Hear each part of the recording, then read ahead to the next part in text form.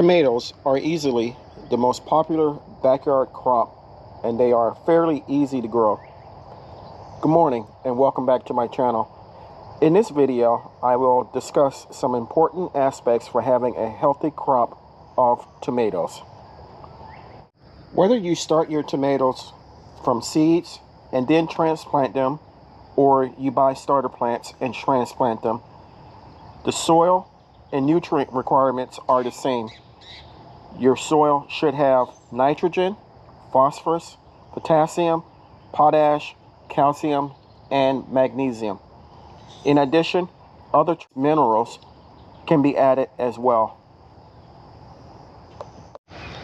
Mistake number one, having too much nitrogen. Having too much nitrogen will produce nice green foliage, but no fruit. Mistake number two, not enough calcium. Calcium is necessary to help prevent blossom end rot. Blossom end rot occurs when, during the fruiting process, the end of the tomato rots off. Mistake number three, too much watering. Once tomatoes have been planted, do not overwater your plants. This will lead to root rot and your plants will die. Mistake number four, irregular watering. Irregular watering or inconsistent watering can lead to problems such as blossom end rot or the fruit splitting. I know for a fact that this occurs because it happened to me last year. Mistake number five, improper staking. Most tomato plants will need staking or trellising to keep the plants manageable. You can use tomato cages or trellising. I've learned from experience the importance of staking. I have used tomato cages and I've used staking, and now I use the string trellising method. Depending upon what type of plants you grow, you are going to need to use one of the three methods. Indeterminate or determinate tomatoes, it doesn't matter. At some point you will need to stake. Determinate tomatoes are bushy, so you may not need to stake as much. Mistake number six, pruning. Pruning is necessary to help prevent disease. Removing leaves from the first 6 to 7 inches of the plant from the bottom will help prevent water splashing onto the leaves and spreading disease. Tomatoes produce what's known as suckers.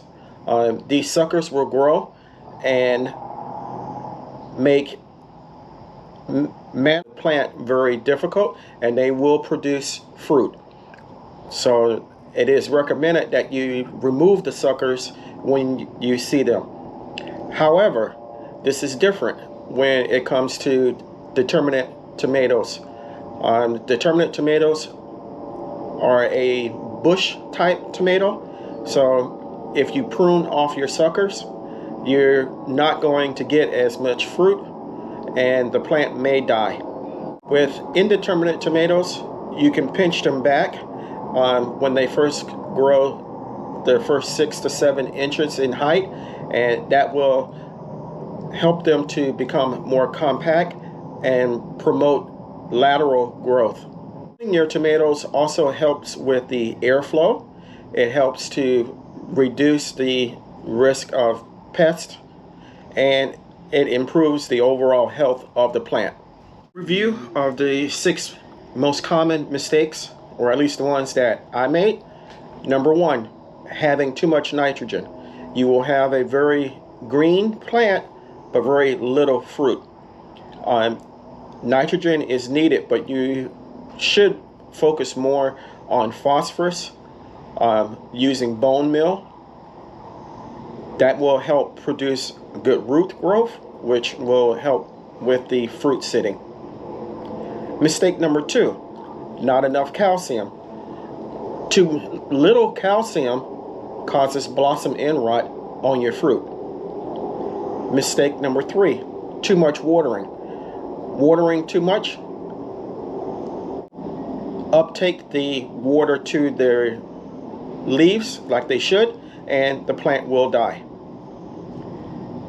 Mistake number 4, irregular watering or infrequent, inconsistent watering. Try to get your plants and yourself on a routine schedule rather than watering whenever the plants look like they need it. By that time, it's too late. Mistake number 5, improper staking. Your tomatoes will need to be staked unless you have a very large amount of area where you can just let them vine all over the place. Staking is necessary. Mistake number 6, pruning. Probably the second or third most common mistake. Not pruning your plants will lead to disease and decreases airflow, which can cause the plant to die. So I want to thank you for coming along with me while I gave this video. If you got something out of it, I appreciate it. For me, learning that or recognizing these 6 mistakes that I was making really helped me improve my tomato growing, and I wanted to share that with you all. If you're interested in any of the seeds that I used or equipment that I used in this video rather, head over to my Amazon storefront or head over to my website. The addresses for both are in the description portion of the video. If you haven't subscribed to my channel, please take this moment to consider doing so. I can grow a lot of vegetables, but I can't grow the channel without your help.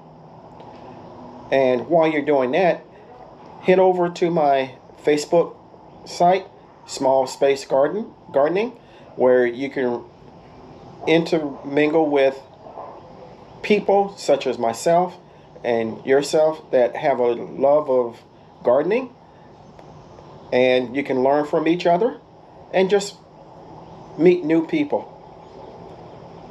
So until next time, always remember, even in small spaces such as mine, you can grow a great amount of food for yourself and your family.